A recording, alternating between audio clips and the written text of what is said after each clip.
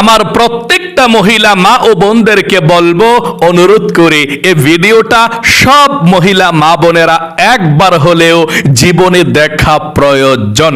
আর সেই বিষয়টা কি, যে বিষয়টা নিয়ে আলোচনা করব, মহিলা মা বোনরা যদি অনিয়মিত মাসিক পিরিয়ড হয়, ওই মহিলা মা ও বোনেরা কিভাবে নামাজ, রোজা, ইবাদত করবে।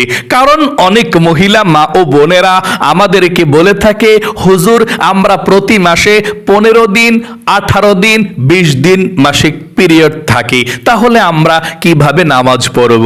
আবার অনেক মহিলা মা বোনেরা বলে থাকে, হুজুর আমার 1 সপ্তাহ 10 দিন পিরিয়ড হওয়ার পর, ভালো হওয়ার পর আবার 5-6 দিন পরে আবার পিরিয়ড হয়ে যায়, মাসের মধ্যে 2 থেকে 3 বার পিরিয়ড হয়ে যায়। আমি কিভাবে জানবো হুজুর কখন নামাজ পড়তে হবে, কখন পড়তে হবে না, কোনটা পিরিয়ড, কোনটা অসুস্থ, আমি তো জানি না। ও হুজুর আপনি একেবারে সুন্দর করে আমাদেরকে বলে দিন, যাতে করে আমরা মহিলারা অনিয়মিত মাসিক পিরিয়ড যাদের হয় বা ভবিষ্যতেও হবে, আমরা কিভাবে নামাজ পড়ব এবং কিভাবে রোজা রাখব, কোন সময়গুলোতে আমরা পবিত্র ধরব আর কোন সময়গুলোতে আমরা মাসিক পিরিয়ড হলে নামাজ পড়ব না, এই বিষয়টা সুন্দর করে আমাদেরকে জানিয়ে দিবেন। ও মহিলা মা ও বোনেরা, আপনার তো এটাই প্রশ্ন, তাই না? অনিয়মিত মাসিক পিরিয়ড হলে, মাসের মধ্যে 15 দিন, 20 দিন, 25 দিন যদি পিরিয়ড হয়, এরকম ব্লাড যায় এবং অনিয়মিত মাসের মধ্যে 5 বার 6 বার, আবার অনেক মহিলা মা বোনেরা সারা মাস পিরিয়ড অবস্থায় থাকেন, এরকমটা বলে থাকেন। আপনি এখনো পর্যন্ত জানলেন না, আপনার তো প্রশ্ন জানার, তাই না? তাই ভিডিওটা মনোযোগ সহকারে দেখুন। ইনশাল্লাহ আমার প্রত্যেকটা মহিলা মা ও বোন লজ্জার কারণে যে প্রশ্নের উত্তরগুলো জানতে পারেন না কারো কাছে, আমি আজকে একদম সুন্দর করে ইসলামিক এই মহিলা মা বোনদের গোপন প্রশ্নের উত্তরগুলো জানিয়ে দেব। এই বিষয়টা একেবারে সুন্দর করে আপনাদের সামনে আলোচনা করব। চলুন তাহলে মহিলা মা ও বোনেরা, আপনাদেরকে প্রথমে বলে নিচ্ছি আমি, পিরিয়ড হলে আপনারা কোন কোন ইবাদতগুলো করতে পারবেন না, নিষেধ, তারপরে আমি আপনাদেরকে বলে দেব আপনারা অনিয়মিত মাসিক পিরিয়ড হলে কখন ইবাদত করবেন এবং কখন আপনি বিরত থাকবেন। অনেক মহিলা মা বোনেরা এই বিষয়টি না জানার কারণে আল্লাহর ফরজ বিধান নামাজ রোজাকে লঙ্ঘন করছে, ভঙ্গ করে দিচ্ছে, আর আল্লাহ সেই মহিলা মা বোনদের প্রতি রাগান্বিত হয়ে আছে। তাই প্রত্যেকটা মহিলা মা বোন এই বিষয়টা জানবেন। চলুন আমরা সর্বপ্রথম জেনে নিচ্ছি, যদি মাসিক পিরিয়ড আমার মহিলা মা বোনেরা হয়, তাহলে কোন কোন ইবাদতগুলো করা যায় না। 1 নম্বরে মহিলা মা ও বোনেরা, মাসিক পিরিয়ডের সময় নামাজ পড়া যায় না, নামাজ আপনি পড়তে পারবেন না। 2 নম্বরে আপনি রোজা রাখতে পারবেন না তখন যখন আপনি হবেন। তবে রমজান মাস যদি আপনি পিরিয়ড হন, রমজানের পরে যে কোনো সময় আপনি যতটা রোজা কাজা হয়ে যায়, ভঙ্গ হয়ে যায়, এটা আপনি রেখে দিবেন রমজানের পরে, যখনই সুযোগ পান তখনই। 2 নাম্বার, তাহলে 1 নামাজ পড়া যায় না, 2 রোজা রাখা যায় না, 3 কোরআন শরীফ তেলাওয়াত করা যায় না এবং স্পর্শ করাও যায় না। তবে কোরআন শরীফের দোয়া হিসাবে কিছু আয়াত পড়া যায়, মুনাজাতের আয়াত, তারপর আত্মরক্ষার জন্যে, বিপদাপদ থেকে বাঁচার জন্যে 3 কুল আছে, 4 কুল আছে, এগুলো পড়া যায়। আয়াতুল কুরসি পড়া যায় যাতে করে শরীরটা বন্ধ থাকে, এই জন্যে। কিন্তু কোরআন শরীফ স্পর্শ করা যাবে না, তেলাওয়াত করাও যাবে না। 4 নম্বরে স্বামী স্ত্রী সহবাস করা নিষেধ, হারাম। 5 নম্বরে ইতিকাফও বসতে পারবেন না রমজান মাসে এবং মসজিদে প্রবেশ করতে পারবেন না। 6 নম্বরে আপনারা কাবা শরীফের তাওয়াফ করতে পারবেন না। যদি কখনো আপনারা মক্কা মদিনায় যান, আল্লাহ আপনাদেরকে নিয়ে যায়, তখন আল্লাহর ঘরকে আপনি তাওয়াফ করতে হয় না, লাব্বাইক আল্লাহুম্মা লাব্বাইক, লাব্বাইক লা শারীকা লাক লাব্বাইক, ইন্নাল হামদা ওয়ান নি'মাতা লাকা ওয়াল মুলক লা শারীকা লাক, এইভাবে পড়তে হয়। আপনি এই ঘুরে ঘুরে পড়তে পারবেন না, তাওয়াফ বন্ধ রাখতে হবে এই সময়টাতে যখন আপনি মাসিক পিরিয়ড অবস্থায় থাকবেন। আশা করি বুঝতে পেরেছেন। এই কাজগুলো আপনি করতে পারবেন না। এখন আমি আপনাদেরকে বলে দেব, মহিলা মা বোনেরা যে মাসিক পিরিয়ড হন, মাসিক পিরিয়ডের নিম্ন সময়সীমা কতদিন এবং উপরে কতদিন। এই বিষয়টা জানলে আপনি একদম সহজে আপনি বুঝতে পারবেন যে আপনার যে মাসের মধ্যে 5 বার 6 বার 7 বার পিরিয়ড হয়, কোনটা আসলে পিরিয়ড আর কোনটা আসলে রোগের কারণে, অসুস্থতার কারণে ইস্তিহাজা বলা হয়। তখন আপনি নামাজ পড়বেন, একদম সহজ হয়ে যাবে আপনার কাছে বিষয়টা, এবং আপনি নিজেই ইবাদতগুলো করতে পারবেন, রোজা নামাজগুলো করতে পারবেন ইনশাআল্লাহ। চলুন আমরা এক্ষুনি জেনে ফেলি। সর্বপ্রথম, মাসিক পিরিয়ডের সর্বনিম্ন সময়সীমা 3 দিন 3 রাত্র। কমপক্ষে যাদের অভ্যাস 3 দিন, এটা ঠিক আছে, এটা পিরিয়ড ধরা যাবে। আর যাদের একদিন হয়ে ভালো হয়ে যাবে, এটা অসুস্থতার কারণে, মানে একদিন ব্লাড রক্ত দেখা দিয়েছে তারপর আর দেখা যায় নাই, তাহলে সে সুস্থ, মানে অসুস্থতার কারণে সে মানে ব্লাড দেখা দিয়েছে, তখন সে কি করবে? ব্লাড দেখা যাওয়ার কারণে সে নামাজ পড়ে নাই পিরিয়ড মনে কইরা, কিন্তু একদিন পরে ভালো হয়ে গেছে, তারপরে আজকে যেই নামাজ পড়েন নাই, এটা কাজা পড়তে হবে, যেহেতু আপনি পিরিয়ড না, অসুস্থতার কারণে। মানে সর্বনিম্ন সময়সীমা 3 দিন 3 রাত্রর কম যদি ব্লাড বন্ধ হয়ে যায় দেখা দিয়ে, এটা অসুস্থতার কারণে। কমপক্ষে 3 দিন হতে হবে। 3 দিন হয়ে যদি বন্ধ হয় তাহলে এটা পিরিয়ড, অথবা 4 দিন 5 দিন 6 দিন 7 দিন 8 দিন 9 দিন, উপরে 10 দিন। সর্বনিম্ন সময়সীমা 3 দিন 3 রাত্র, উপরে কত দিন? 10 দিন 10 রাত্র। 10 দিনের উপর আপনার পিরিয়ড হবেই না, মোট কথা। কিতাবের মধ্যে এসেছে আপনার যদি 10 দিনের উপরে পিরিয়ড হয়, ওটা হচ্ছে ইস্তিহাজা, ওটা হচ্ছে রোগের কারণে। আপনি ডাক্তার দেখাবেন, চিকিৎসা করবেন, ওটা মাসিক পিরিয়ড না। তখন আপনি নামাজ রোজা সব জিকির আজকার করবেন। আচ্ছা মহিলা মা ও বোনেরা, যদি আপনারা অনিয়মিত মাসিক হয়, মনে করেন যে 10 দিনের উপরেও দেখা যাচ্ছে আপনার 15 দিন 20 দিন 25 দিন, তাহলে আপনি কিভাবে নামাজ রোজা করবেন এবং কতদিন আপনারা বুঝবেন যে আপনাদের পিরিয়ড? মূল কথা হচ্ছে, প্রতি মাসে যে আপনি পিরিয়ড হচ্ছেন, কারো অভ্যাস 7 দিন, কারো 8 দিন, কারো 9 দিন, হ্যাঁ, মানে মোট কথা যখন ব্লাড বন্ধ হবে 10 দিনের আগে অভ্যাস থাকে অনেকের, পূর্ববর্তী মাসের অভ্যাস 8 দিন প্রতি মাসে হয়, এ মাসে 8 দিন হতে পারে। তা 8 দিন যদি ভালো হয়ে যায়, তারপর যখন ভালো হবে গোসল করে পবিত্র হয়ে নামাজ পড়া রোজা রাখা শুরু করবে। আর যদি 10 দিন হয়, 10 দিনই সর্বোচ্চ, 10 দিনের উপরে পিরিয়ড হয় না। যদি 11 দিন হয়, তাহলে মহিলা মা ও বোনেরা 10 দিন পর্যন্ত পিরিয়ড ধরবেন, 11 দিন থেকে আপনি নামাজ রোজা করবেন। এখন বলতে পারেন, হুজুর 11 দিনের থেকে আমি নামাজ রোজা করব, আমার তো ব্লাড বন্ধ হয় না, আমার তো রক্ত যাচ্ছে, দেখা যাচ্ছে, আমি কিভাবে নামাজ পড়বো হুজুর? এটা মাসআলা। কিতাবের মধ্যে এসেছে আপনার 11 দিনের মাথায় যদি আপনার ব্লাড যায়, তারপরও আপনাকে রোজা রাখতে হবে, নামাজ পড়তে হবে, কোরআন তেলাওয়াত করতে হবে, আপনি সব ইবাদতগুলো পারবেন, আপনি পবিত্র। তাহলে ব্লাড দেখা যাচ্ছে কেন? এটা হচ্ছে ইস্তিহাজা, রোগের কারণে। 10 দিন পর্যন্ত পিরিয়ড, 10 দিনের পরে যত দিন ব্লাড দেখা দিবে, তখন আপনি পবিত্র সম্পূর্ণ, নামাজ রোজা সব করবেন, কোনো ইবাদত আর বাদ নাই। নরমালি এভাবে সব ইবাদত যখন আপনি করতে পারেন, তখনও আপনি সব ইবাদতগুলো করবেন 10 দিনের পরে যত দিন থাকে। যদি আপনার পিরিয়ড 20 দিন হয়, 15 দিন হয়, 13 দিন হয়, 14 দিন হয়, 10 দিনের পর গিয়া যতদিন হবে ততদিন আপনি নামাজ রোজা করতে হবে। 10 দিন ধরবেন পিরিয়ড। আচ্ছা, আশা করি বুঝতে পেরেছেন। এবার যদি কোনো মহিলা মা বোন সারা মাস ব্লাড যায়, তাহলে ধরতে হবে পূর্ববর্তী মাসে কতদিন ছিল আগের অভ্যাসটা, ওই অভ্যাসের যতদিন হয়েছে 10 দিন পর্যন্ত পিরিয়ড ধরবেন। 10 দিন পরে গিয়ে লাস্টের 20 দিন একেবারে আপনি রোজা নামাজ করবেন।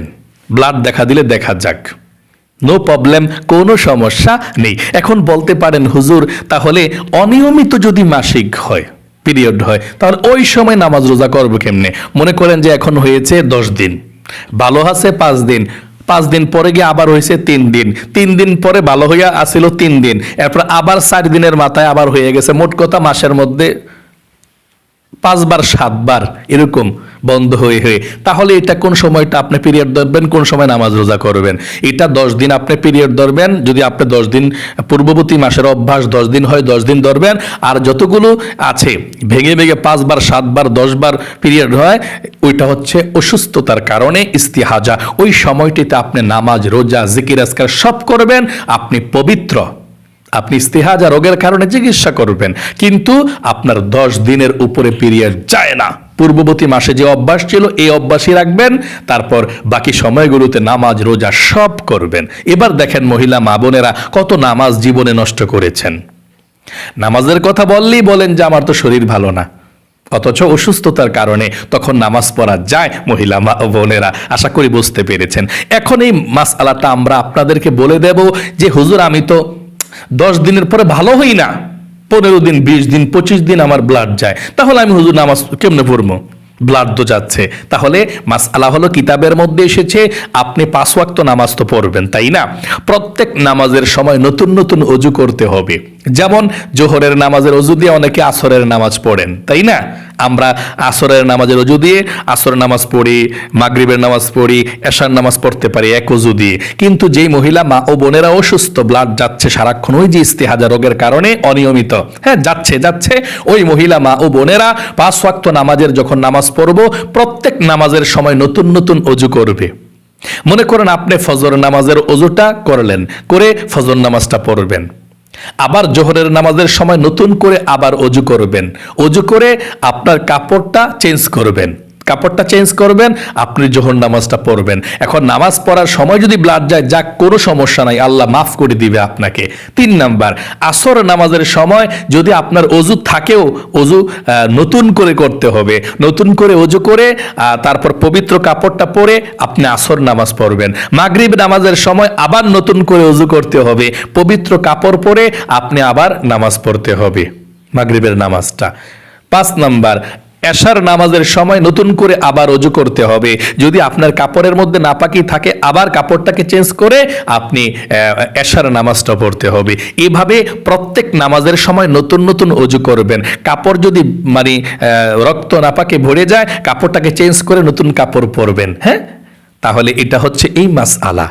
এই মাসআলাটার ক্ষেত্রে আরেকটা মাসআলা আছে, যেই মহিলা মা বোন ভাই বোন অসুস্থতার কারণে সারাক্ষণ প্রস্রাব ঝরে, তারাও এই সিস্টেমে নামাজ পড়তে হয়। প্রত্যেক নামাজের সময় নতুন করে অজু করতে হয়, এরপরে প্রস্রাব পড়লেও সমস্যা নাই, ওই নামাজটা পড়তে পারবে, ওই সময় কোরআন তেলাওয়াত করতে পারবে। এটা মাজুর, অসুস্থতার কারণে এটা মাসআলা। ও মহিলা মা ও বোনেরা, আশা করি খুব সুন্দর করে বুঝতে পেরেছেন। আজ থেকে আপনারা কখনো আর এই ভুল করবেন না। 10 দিন 15 দিন মানে ব্লাড দেখা যায়, আপনি নামাজ পড়েন না, এই ভুলটা জীবনে কখনো করবেন না। 10 দিন পর্যন্ত পিরিয়ড মনে করবেন, আর বাকি কয়েকদিন যতদিনই থাকে আপনার, এটা হচ্ছে ইস্তিহাজা, নামাজ রোজা সব করবেন। কোরআন তালাওয়াত ধরে ধরে স্পর্শ করেও পড়বেন, সমস্যা নেই। এবং অনিয়মিত যতবারই হোক, আপনার পূর্ববর্তী মাসের যেই অভ্যাসটা আছে 7 দিন 8 দিন, যতদিন ওই দিন ভালো হয়ে গেলে সর্বোচ্চ 10 দিন, এর আগে যদি ভালো হয়ে যান, হ্যাঁ হতে পারেন। 10 দিন পর্যন্ত পিরিয়ড ধরে এরপরে গোসল করে নামাজ রোজা সব শুরু করে দিবেন ইনশাআল্লাহ। আর মাসের মধ্যে যতবার 17 বার হোক, 10 বার হোক, 15 বার হোক, একদিন পর পর ব্লাড, নো প্রবলেম। নামাজ রোজার ক্ষেত্রে কোনো সমস্যা নেই, পড়তে পারবেন। এটা মাসআলা। আল্লাহ আমার প্রত্যেকটা মহিলা মা ও বোনদেরকে তুমি ক্ষমা করো, মাফ করো। অনেক মহিলা মা ও বোনেরা এই বিষয়টা না জানার কারণে কত নামাজ নষ্ট করেছে, কত আল্লাহর ইবাদত ফরজ নষ্ট করেছে। তাই আল্লাহ আপনাদেরকে ক্ষমা করুক, সকলে বলবেন আমিন। এখন আমি আমার প্রত্যেকটা মহিলা মা বোনদেরকে এটা বলে দেব, আপনারা মাসিক পিরিয়ডের সময় কোন কোন আমলগুলো করতে পারবেন। প্রথমে তো বলে দিয়েছি, নামাজ পড়া যাবে না, কোরআন পড়া যাবে না, স্বামী স্ত্রী সহবাস করা যাবে না, এবং মসজিদের মধ্যে প্রবেশ করা যাবে না, ইতিকাফে বসা যাবে না, আল্লাহর ঘরকে তাওয়াফ করা যাবে না। এগুলো তো নিষেধ। আচ্ছা, কোন কাজগুলো করা যাবে সেটা বলে দিচ্ছি। আপনি কোরআন শরীফ পড়া ছাড়া যত জিকির আছে সব জিকির আপনি করতে পারবেন। আপনি দুরুদ শরীফ পিরিয়ড অবস্থায় মহিলা মা বোনেরা সব দুরুদ শরীফ পড়তে পারবেন। এক মহিলা মা বোন আমার কাছে এসে বলে, হুজুর পিরিয়ড অবস্থায় মহিলারা দুরুদ শরীফ পড়তে পারবে কিনা, কারণ অনেকে আবার বলে যে পিরিয়ড অবস্থায় আল্লাহর নাম মুখের মধ্যে নেওয়া যায় না, ওইটা অপবিত্র অবস্থায়, আল্লাহর রহমত আইতো না, গজব নাজিল হইব, এগুলো বলে থাকে। এটা মিথ্যা কথা। আমার প্রত্যেকটা মহিলা মা বোনদেরকে বলবো, যখনই আপনি মাসিক পিরিয়ড হবেন আপনি শুধু কোরআন পড়বেন না, এছাড়া যত জিকির এই পৃথিবীর মধ্যে আছে নবীজি শিখিয়েছেন প্রত্যেকটা জিকির আপনি করতে পারবেন, নবীজি বলেছেন।